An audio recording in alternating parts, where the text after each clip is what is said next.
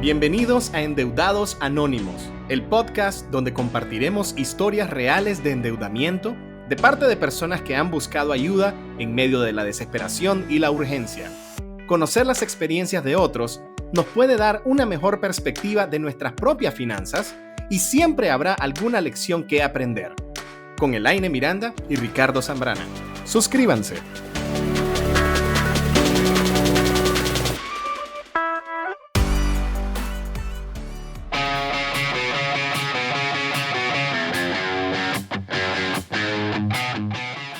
¿Qué tal? Estamos nuevamente en nuestro podcast Endeudados Anónimos. Recuerden de que estamos en plataformas de reproducción de podcast como Spotify y también estamos en YouTube, donde ustedes nos quieran ver o escuchar, bien por nosotros. Sí les sugerimos suscribirse y también que puedan compartir este podcast con toda la gente que conocen, porque estoy seguro que tanto sus amigos, sus familiares pueden aprender muchísimo y les puede servir conocer estas historias reales de personas endeudadas.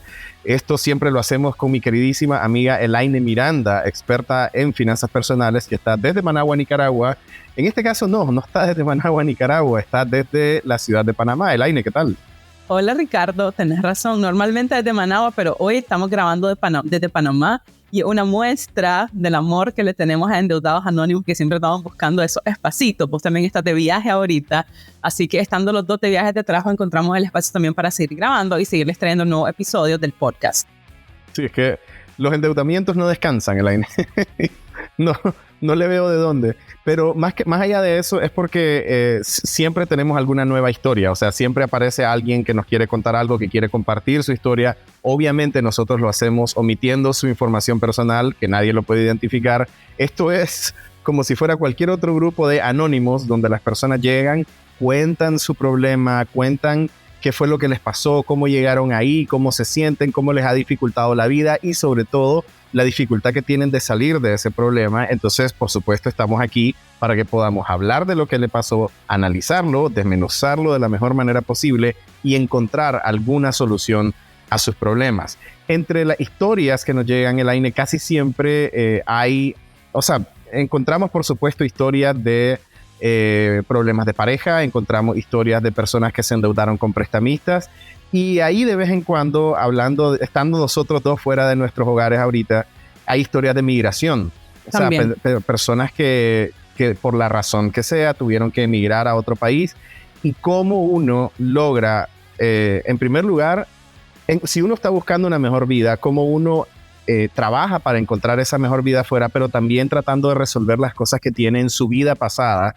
Así le vamos a llamar al lugar a donde vivían antes, porque emigrar básicamente es cambiar tu vida. O sea, es un antes y un después. Totalmente. De las cosas más comunes, de las complicaciones más comunes que vos te encontrás en las historias de migración, o sea, de los problemas que uno deja en el país de origen, ¿qué tipo de cosas te encontrás normalmente? Siempre hay como este dilema de me quiero ir y empezar de cero, pero vos simplemente no podés botar tu vida, digamos, a la basura. Pues no le puedes dar reset y comenzar. Y siempre hay responsabilidad, ¿verdad? O sea, rentas que pagar, cuentas que no se han pagado, deudas, carros que estás pagando, casas que estás pagando. Entonces, no es tan simple como decir, cierro mi maleta y agarro y me voy, porque es como que siempre queda ese pendiente y hace que las personas se sientan atadas, ¿verdad? De nuevo a ese país que muchas veces lo quieren dejar, pues, y quieren salir huyendo. Entonces, es difícil encontrar muchas veces ese balance entre empiezo mi nueva vida en este nuevo país, con este nuevo trabajo, con estas nuevas circunstancias, condiciones y demás, y lo viejo que todavía me atalla. Y siempre recordar, Ricardo, que al final todo implica dinero. Ya sabes, no solo moverte implica dinero y el trabajo implica ganar dinero, pero todo lo nuevo que tenés que acomodar en el país y todo lo viejo que tenés que terminar de cerrar en tu país implican dinero. Y eso quiere decir que cuando empezamos ese nuevo trabajo vamos a tener que estar distribuyendo dinero entre lo viejo, que yo estaba acostumbrada, las deudas que tengo que pagar y la nueva vida que me estoy formando. Ahora, el asunto con eso es que uno puede encontrar dos tipos de historia también. O sea, gente que se lleva ahorros, o sea, gente que va preparada con ahorros y que eso obviamente le ayuda a darse un impulso en el nuevo lugar y le puede ir bien, le puede ir mal. Y también gente que va con su mochila solamente. Entonces, digo, hay personas y hay muchas historias de éxito de gente que se va sin nada y sin nada, sin un centavo, logran hacer bien su vida en el otro país. si vos tuvieses que pensar en cuál sería el verdadero factor de éxito, independientemente de si vas bien preparado con un fondo o si vas sin nada, ¿qué crees vos que sería lo principal? O sea, lo que uno debería de tomar en cuenta en una historia de éxito así. Fíjate que tal vez aquí me voy a salir un poquito del tema de las finanzas, pero dentro de los casos que yo he visto, de las historias que me han contado, ¿verdad? De familiares y demás y amigos que se han ido, siento que ese impulso nato que traen muchas personas de decir, yo aquí la voy a hacer porque la voy a hacer. He visto casos de gente que dicen, me quiero ir porque veo una mejor vida allá, pero como no tienen ese convencimiento, esa convicción, entonces de pronto empiezan a flaquear. Pero aquellas personas que dicen, es que me voy y yo sé que no hay retorno, entonces aquí yo la voy a hacer a como sea, como que mucho más rápido empiezan a superar obstáculos. Y obstáculos, por ejemplo, desde yo tenía esta profesión en mi país, pero cuando llego a un nuevo país, pues ya sabes, no me vale la experiencia, tal vez no hablo el idioma, no me vale el título y empiezo a trabajar desde abajo. Pero siempre puedes ir escalando, ¿verdad? Sin embargo, yo he visto que hay gente que se queda ahí abajo con esos primeros trabajos y luego hay gente que logra escalar. Y siento que eso, más allá de lo financiero, tiene que ver como con la fortaleza interna y de nuevo con la convicción de yo voy a salir adelante. Ahora, cuando hablamos de la parte de las finanzas, siempre lo voy a decir, es el orden. Entonces, no importa cuánto sea lo que vos vayas a ganar ahorita, tenés que tener total claridad y organización de tus finanzas en tu viejo país y de tus finanzas en tu nuevo país, y les tenés que mezclar todas, porque al final del mismo cuero salen las coyuntas. Ok, entendido. Dicho esto, una de las historias, por lo menos que en Nicaragua más se escucha últimamente, es acerca de las personas que han migrado por el parole. El parole es obviamente una medida que se está abriendo desde Estados Unidos para personas que quieren emigrar de países como Nicaragua, Venezuela, Cuba, Haití. Tengo entendido que hay otros países que no sé si es que están entrando ahorita en la medida del parole, pero bueno, es una manera de Estados Unidos de regularizar las entradas por la frontera, que hay cualquier cantidad de historias dramáticas de personas que han intentado cruzarse la frontera. La carta de hoy tiene que ver con el parole y tiene que ver con dudas que tiene una persona que está a punto de irse precisamente por esa medida. Entonces, Ela, si querés, ¿podés leer la carta? Sí. Hola, Elaine. Por favor, le pido que me dé un consejo. Me aprobaron el parole.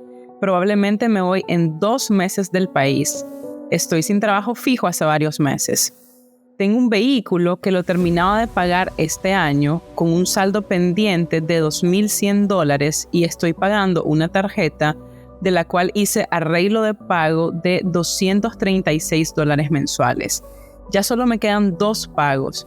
He estado pensando si vender el vehículo y de ahí cancelar mis deudas y contar con dinero para llevar hacia mi destino, aunque sé que allá vale menos, pero no sé si vaya a encontrar trabajo fácilmente porque también voy con mi niña de 2 años. Ok, es una carta sencilla, no nos da muchísimos detalles, pero estoy seguro que muchas personas que se han ido o que piensan irse de cualquier país se pueden identificar con la situación en la que ella está. Ella tiene una deuda con un vehículo y tiene una deuda de tarjetas. Sí. Y bueno, un caso obviamente va con su niña de 2 años. Esto complica mucho más la cosa, pero vamos primero con una duda que me surge de algo que ella dijo. Dice, contar con dinero para llevar hacia mi destino, aunque sé que allá vale menos. Estoy asumiendo que cualquier vehículo que uno compra en Nicaragua, digamos, uno lo compra en dólares y uno lo paga en dólares. Si ella lo vende en dólares, ¿a qué se referiría con que allá vale menos? Fíjate que lo que yo entiendo más bien es como que si el dinero que ella lleva que valga menos en el sentido de que tal vez tiene menor poder adquisitivo, pues, o sea, que los mismos dólares en Nicaragua pues le permiten comprar más que los mismos dólares claro. en Estados Unidos. Creo que más bien se refiere a eso, fíjate. Sí, tiene total lógica. Ahí sí, o sea, sí, digo, $2,000 en Nicaragua te sirven mucho más que $2,000 en Estados Unidos. Eso es una realidad objetiva, eso no hay de dónde. Ok. Entonces, sabiendo de que ella está pensando precisamente en eso, porque también debe ser bien difícil, o sea, vender algo que para vos es preciado, pues tu vehículo, que sabes que te podría dar algo, te ayudaría a salir de deuda, y que ese dinero al final te puede durar apenas 1 mes o 2 meses tal vez como para ayudarte a sobrevivir. Entonces, digo, es una buena decisión la de cancelar todas sus deudas allá. O sea, no podría ella como irse y ver si allá le va bien y ver si con eso puede ir pagando al suave para no para no tener que vender todo lo que tiene ya de un solo. Fíjate que yo creo que en la medida de lo posible, sobre todo en una medida como el parole, ¿verdad? No es como esta gente que antes se iba y decía me voy 3 meses, me voy 6 meses y después regreso. O sea, vos tenés la certeza de que vas a volver. Lo que yo he entendido es que la mayoría de la gente que se ve en el parole es me voy. O sea, como lo que decíamos hace rato, ¿verdad? Tengo la convicción de que de alguna manera la voy a hacer. Entonces, en esos casos, yo sí creo que es más sano hasta mentalmente y emocionalmente, ¿sabes, Ricardo? Como decir, me voy más limpia, me voy más libre, no debo esto, no debo lo otro. Aunque obviamente también es importante llevar algo de dinero y suena como que ella tiene que hacer ese balance, ¿verdad? Suena como que solo puede hacer una de las cosas, o cancelo lo que debo o me llevo el dinero. Ahora, un punto importante con el tema del parole es que quien te pide, en teoría, se debería de hacer cargo ante el gobierno de Estados Unidos financieramente por esta persona en lo que consigue trabajo. Lo que pasa es que no está sucediendo tan así, ¿verdad? O sea, hay tantas personas que se quieren ir que a veces un familiar pide a 5, 6, 10 personas diferentes y obviamente no, o sea, aunque ponga en papel que se va a comprometer a mantenerlo, pues tampoco tiene esa capacidad. Entonces probablemente esta persona siente que se va con su hija, se va sola y cuenta con ella únicamente. Entonces, en un mundo ideal, sería bueno que se fuera libre de deuda, se va a sentir más tranquila, etcétera. Pero un niño pone mucha presión y efectivamente ella, va a ser difícil que encuentre trabajo de un día para otro y por lo tanto irse con ese colchoncito le va a servir un montón. Así que yo creo que el carro lo tiene que vender, o sea, eso no lo pondría en duda porque igual, ¿qué vas a hacer con el carro, verdad? O sea, que te espere aquí 10 años o lo vas a mal vender después. Entonces ese carro, si vale la pena venderlo, terminar de pagar lo que le debía al carro y tal vez la tarjeta de crédito, o sea, dar como el mínimo nada más y llevarse algo, pues no se puede ir con una mano por delante y una mano por detrás. Ahora, ella no menciona nada del resto de sus cosas y lo que mucha gente está haciendo también es que vende, pues, por ejemplo, hasta ropa, porque te puedes llevar una maleta, 2 maletas, no te alcanza y todas tus cosas, los muebles, lo de la cama y etcétera. Entonces ella también podría ir haciendo un colchoncito a partir de todas esas cosas que ya no va a necesitar, las va vendiendo y eso le permitiría vivir, mantenerse en Estados Unidos en lo que encuentre un trabajo que le permita mantenerse a ella y a su hija. Sí, es que la verdad, casi que en todo sentido, vender el vehículo y tener por lo menos ese fondo para resolver sus cosas en su país y ver si le queda algo para empezar algo en Estados Unidos suena como todo positivo. Lo único que me pongo a pensar es que como ella lo está vendiendo ya con la urgencia de irse, claro, sí puede ser que lo termine vendiendo a un precio menor al que lo vendería tal vez con un poco más de calma. ¿Vos no le ves ningún problema a eso?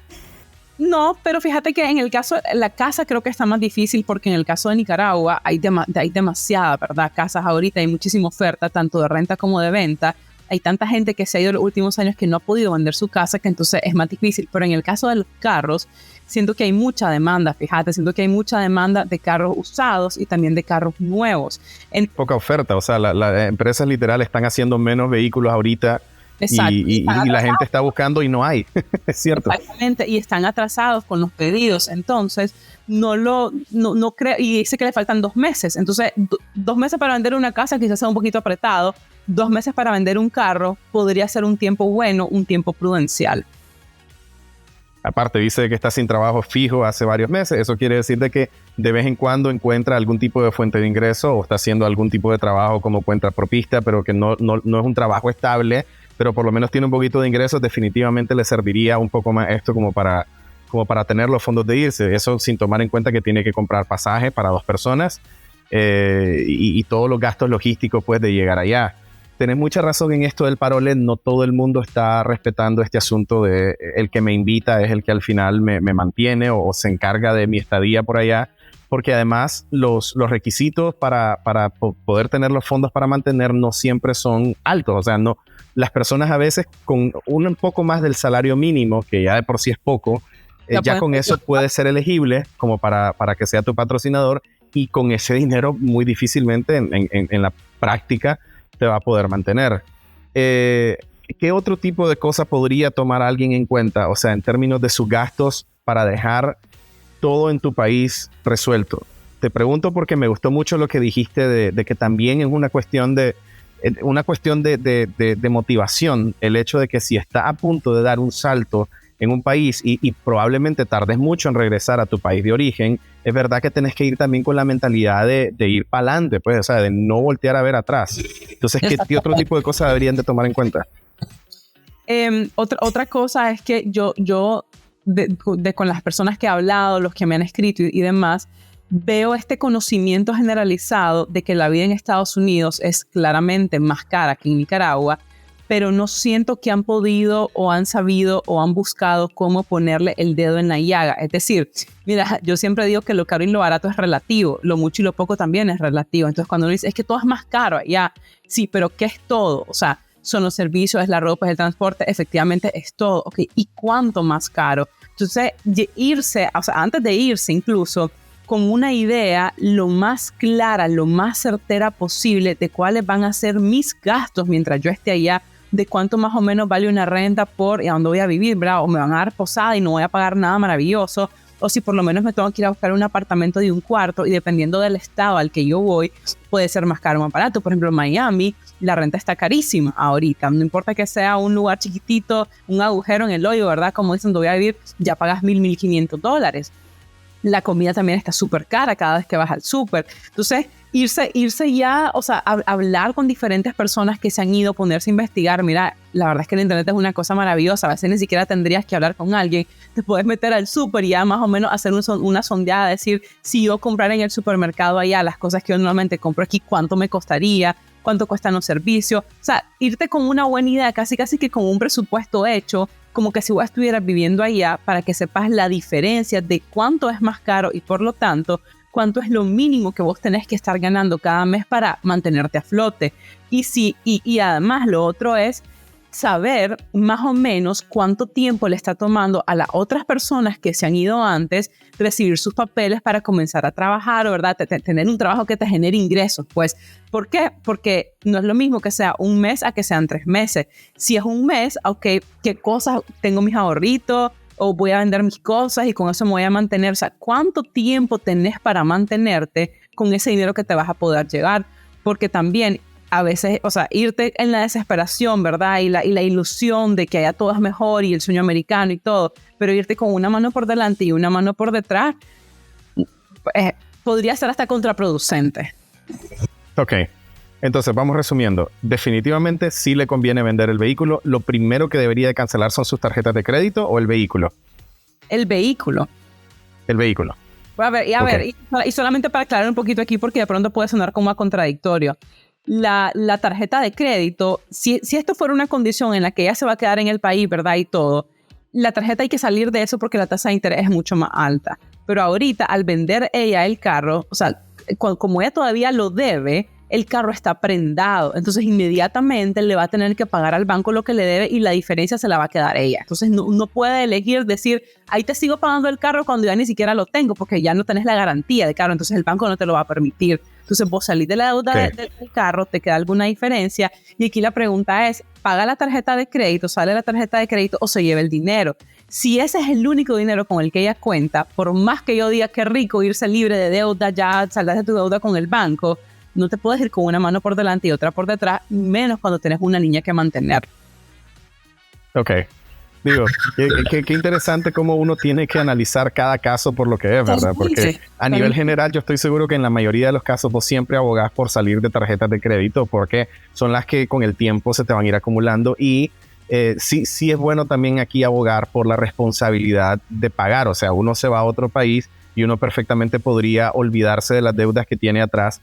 Y también quiero preguntarte ese caso. Yo obviamente no quiero de ninguna manera promover esto. Es más, quiero promover todo lo contrario. O sea, yo por ejemplo, salí del país y yo mantengo siempre mis gastos y trato de mantener siempre mis responsabilidades o sea, pagadas. O sea, ¿qué opinas de la idea de que alguna gente puede simplemente irse y dejar sus deudas atrás? ¿Y qué tipo de consecuencias les puede traer en el futuro? Mira, te va a sorprender, Ricardo. Y no voy a decir el 100% para no ser absolutista, ¿verdad? Llevarme a gente pero la mayoría de la gente que en estos 12 años de Plata con Plática a mí me ha escrito y que han migrado, no solamente por el parón, ¿verdad? Pero porque eso acaba de empezar, pero en diferentes momentos, por diferentes circunstancias, la gente quiere pagar. O sea, la gente puede tener 5 años viviendo fuera de su país y quedó con una deuda pendiente de un carro, de una casa, de un recibo de teléfono, de lo que sea. Y fíjate que, y creo que tiene que ver con una naturaleza del ser humano, pues al final vos te querés hacer cargo de tus responsabilidades, querés limpiar tu nombre. Esa es una frase que la gente que migra usa un montón. quiero limpiar mi nombre, ¿sabes? Como no quiero haber quedado mal con el banco. Entonces, aunque la gente se vaya y momentáneamente no pueda pagar, porque por ejemplo en el caso de ella se tiene que dar el dinero para vivir un tiempo en lo que consigue trabajo, la voluntad de la inmensa mayoría de las personas sí es saldar la deuda eventualmente, y lo hacen enviando remesa a algún familiar, alguna amistad que después va y le paga al banco, etcétera. Ok. No, y me alegra que estemos en sintonía en eso, y me alegra que la mayoría de la gente tenga también esa mentalidad, porque digo, y esto no es una cuestión solo de responsabilidad, o sea, y debería de ser así, una cuestión ética de pagar lo que uno debe, sino pensando en las consecuencias. Si esta persona quiere regresar en algún momento a Nicaragua, sí quería preguntarte, o sea, si vos dejaste ahí una deuda, no la pagaste y bueno, digamos, es de estas deudas tal vez de tarjeta de crédito o una deuda en la que no hay fiador, o sea, no es como que le quedó a alguien la responsabilidad. ¿Cómo te puede afectar esto en tu récord crediticio o legalmente inclusive? O sea, ¿cómo podría? Solamente recordar a las personas que el que vos te vayas no elimina la deuda. Y vos regresas a tu país y ahí te está esperando todavía la deuda con más intereses, con intereses moratorios, con cargos, o sea, ahí va a estar la deuda y más alta obviamente de lo que vos la dejaste, porque los intereses simplemente se van multiplicando. Entonces tu récord crediticio va a estar hecho leña. Probablemente, sobre todo si ha pasado mucho tiempo, va a ser bien difícil que logres recuperar ese récord. Y lo otro que tenemos que recordar es que en los últimos años, especialmente después de la quiebra de todos los bancos que hubo en Nicaragua, empezaron a haber más de estas empresas de agencias de cobro. Entonces, los bancos, las financieras, las microfinancieras, muy rara vez, a pesar de que ellos tienen un abono ahí del 1 o 2% de toda la cartera que lo mandan en cuentas incobrables porque saben que alguna gente no va a pagar, siempre está la labor de cobranza. Y como además, a ver, lo que la ley decía era que la deuda caduca después de 5 años en la que no se ha movido. El problema es que como los intereses siempre se están actualizando en automático, la deuda nunca caduca, me explico. O sea, nunca es que se queda ahí parqueada y pasaron 5 años y ya te lograron del récord, porque el sistema nuevo te permite siempre estar actualizando cada mes, me debes más, me debes más, me debes más. Ok, es bueno recordar eso también.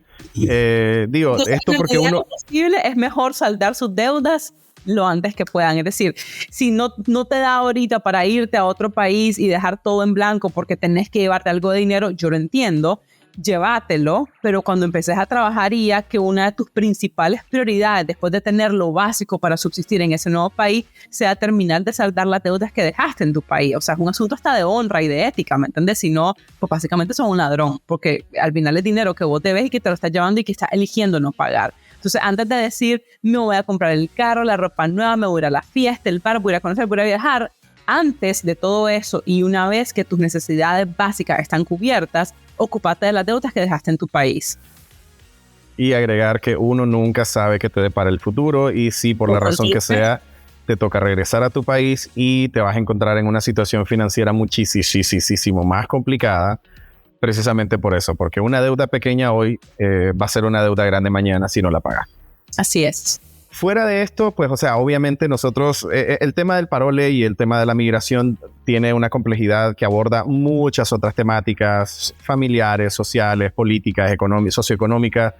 Nosotros lo estamos tratando de abordar desde el punto de vista financiero, personal, y creo que como cada historia tiene sus propias particularidades, estamos tratando de analizar esta en particular, pero hay muchos de estos consejos que los pueden aplicar o que ustedes pueden decirle a sus amigos que pueden aplicar también por si piensan en algún momento salir de sus países de origen.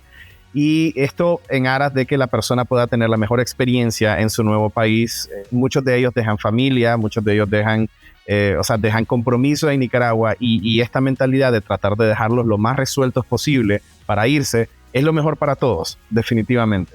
Ela, yo estoy seguro que vos has escrito más de algo sobre esto. Sí. ¿Dónde puede la gente encontrar tu plataforma, tus artículos? La plataforma central de educación financiera es plataconplatica.com. De hecho, tenemos un artículo que se llama ¿Cuánto vale el sueño americano? Y ahí se pueden dar una buena idea, más o menos, de cuánto cuesta un mes en diferentes... ¿Cuánto vale, Elaine? ¿Cuánto vale el sueño americano? Depende del estado al que te vayas, amigo. Te recomiendo que vayas a leer el artículo. Ahí lo puedes encontrar en detalle, ¿verdad? Y más o menos darse una idea. Y en las redes sociales, para todos los que les gusta Instagram, me pueden encontrar como @plataconplática, e igual en Facebook como Plata con Plática. Y ahí todos los días estamos compartiendo consejos financieros de diferentes tipos. Ok, Ela, y con eso, por supuesto, le invitamos a suscribirse al canal de YouTube, a suscribirse a nuestro podcast en Spotify, y gracias a quienes nos comparten estas historias y quienes nos dan la confianza, tratamos siempre de no solo respetar su privacidad, sino honrar su necesidad y tratar de explicarnos, analizar lo más posible su caso y que les pueda servir de algo. Así que con esto, Ela, nos vemos en el próximo episodio de Endeudados Anónimos. Hasta la próxima. Conocer las experiencias de otros nos puede dar una mejor perspectiva de nuestras propias finanzas y siempre habrá alguna lección que aprender. Suscríbanse.